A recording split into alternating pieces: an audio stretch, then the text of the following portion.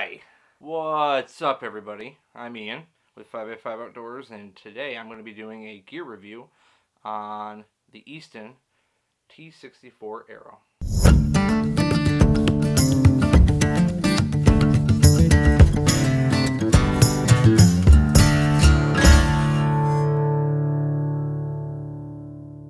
So the Easton T64, the name, let's go break that down really quickly. So the T stands for taper, 6 stands for the 6mm point end that the arrow features, and the 4 stands for a 4mm knock end of the arrow, T64. The 6mm to 4mm taper takes off the same kind of concept that you would use with an Easton Axis arrow, which is an all carbon shaft, and you would put an outsert on the point end of this.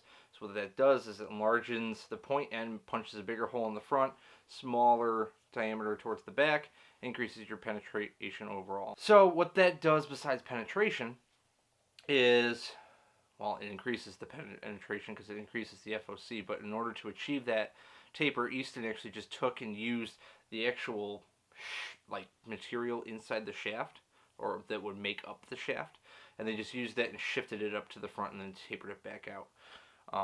So there's no extra parts or anything that you would need. You wouldn't need to go out and make sure you found the right outsert that would fit your particular brand arrow that you would use, or anything like that would fit like an Easton Axis or anything like that, and have to apply that and glue that in. It's just naturally built into the shaft of the arrow itself. And what that also does, with that being naturally built in, is that it actually makes this arrow the lightest arrow of the 3 variants of Easton arrows that I've used through the builds. So I'll walk you through the weights. So right here, this is the Easton Full Metal Jacket 5mm arrow. This is like the first build arrow that I actually did, where and this is the ones actually I used the most.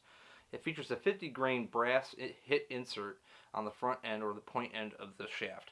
Now the 5mm FMJs, or just the FMJ's single diameter, typically actually features, it's a really heavy arrow. Like the shaft weight is really high.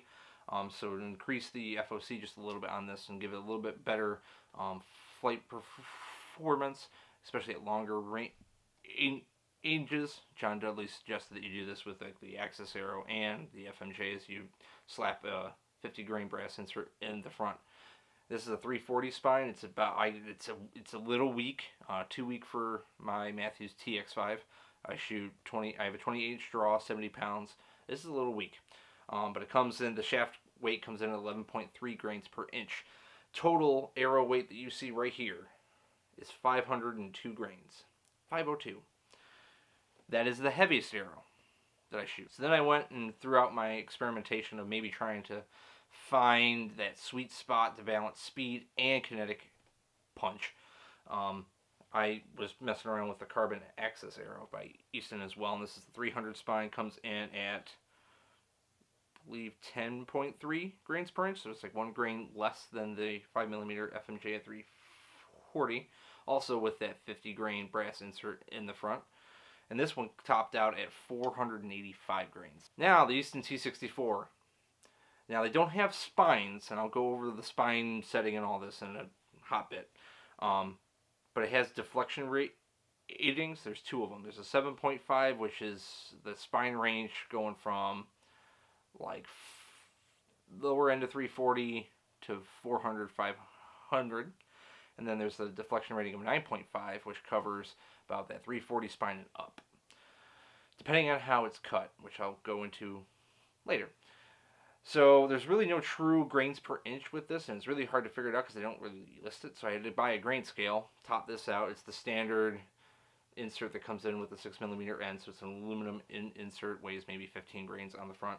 And this whole arrow totals in at 477 grains. This is the lightest arrow that I've shot. Coupled with that, let's go over FOCs really quick, because that's also one of the other things that the Easton advertised, that this arrow, the T64, boosts your FOC. And I'll talk a little bit really about how much FOC really it's adding to your shaft. So let's start off with that, go back to my heavy arrow, the 502 grain Easton FMJ 5mm single diameter shaft with the 50 grain brass in the front. The FOC on this is about 10.3% FOC. Easton Axis arrow with the 50 grains of brass in the front, 13% FOC, which is higher than the 5mm single diameter FMJ. The Easton T64 FOC 13.4%. So roughly about it's obviously the most out of all of them, and it's just a pinch more than the actual Easton Axis arrow. With the 50 grains of brass in the front, and it's overall a lighter arrow.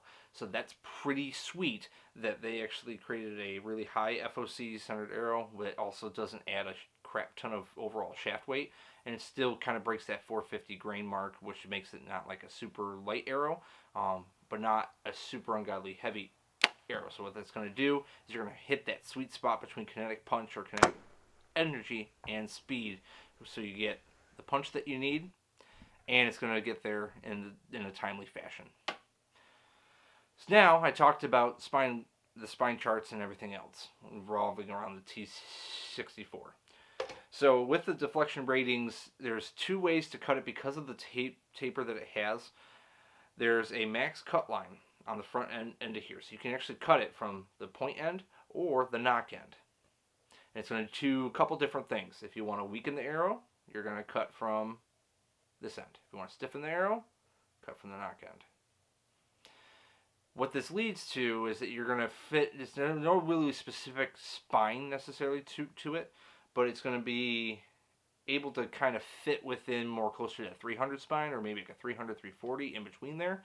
You can kind of hit in between those ranges, but there's no specific spine to it. So that leads to actually one of my first kind of cons to this arrow, because of the way you actually have to cut it, and they have to pay attention to when you cut it. You can't just like a single diameter, just go away and just cut.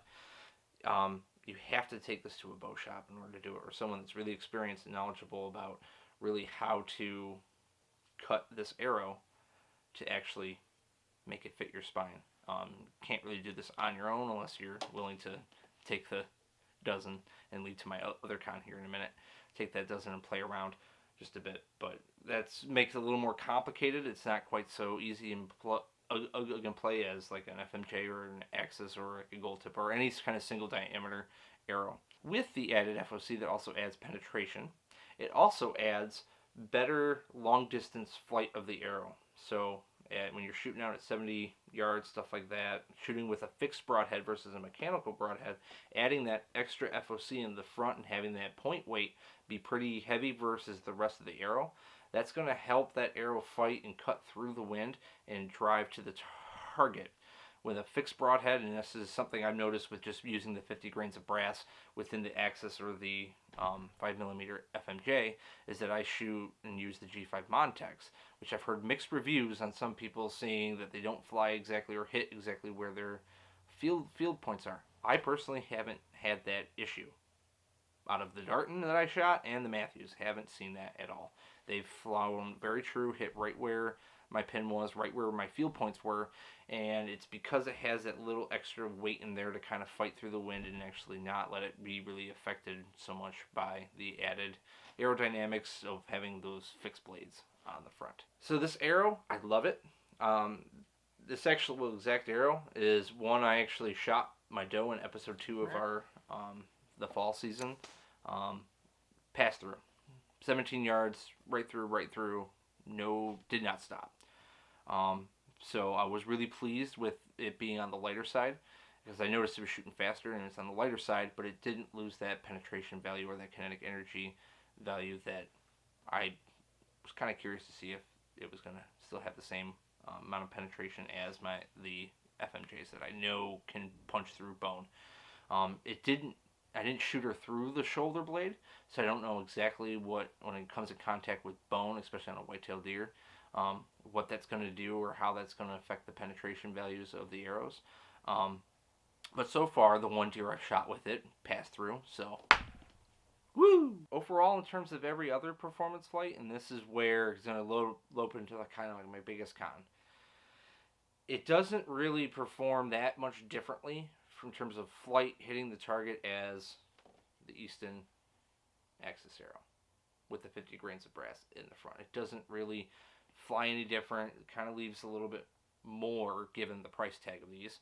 If you don't know yet, a dozen of these cost $300.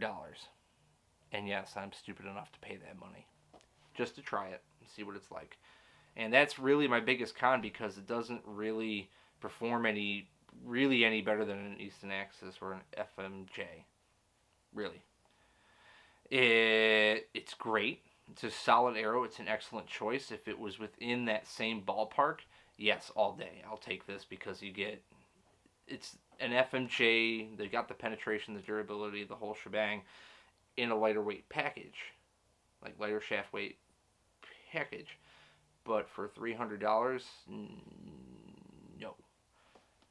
You can go up and actually get a dozen of these Pro Shaft Easton Axis arrows for half that cost. Just saying.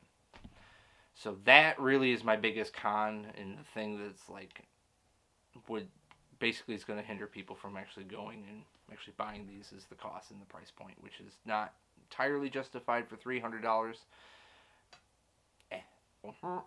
Hope you guys found this review insightful, especially if you were curious about the actual Easton T64 and maybe possibly wanted to spend the $300 to get them. And if you haven't yet, please hit that red subscribe button in the bottom.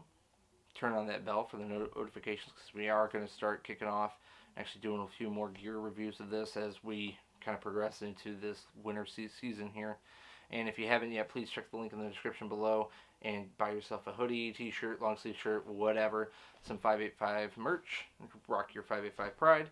It'll help us out a great ton and be able to bring this content to you. And without further ado, I'm Ian. Thank you for watching.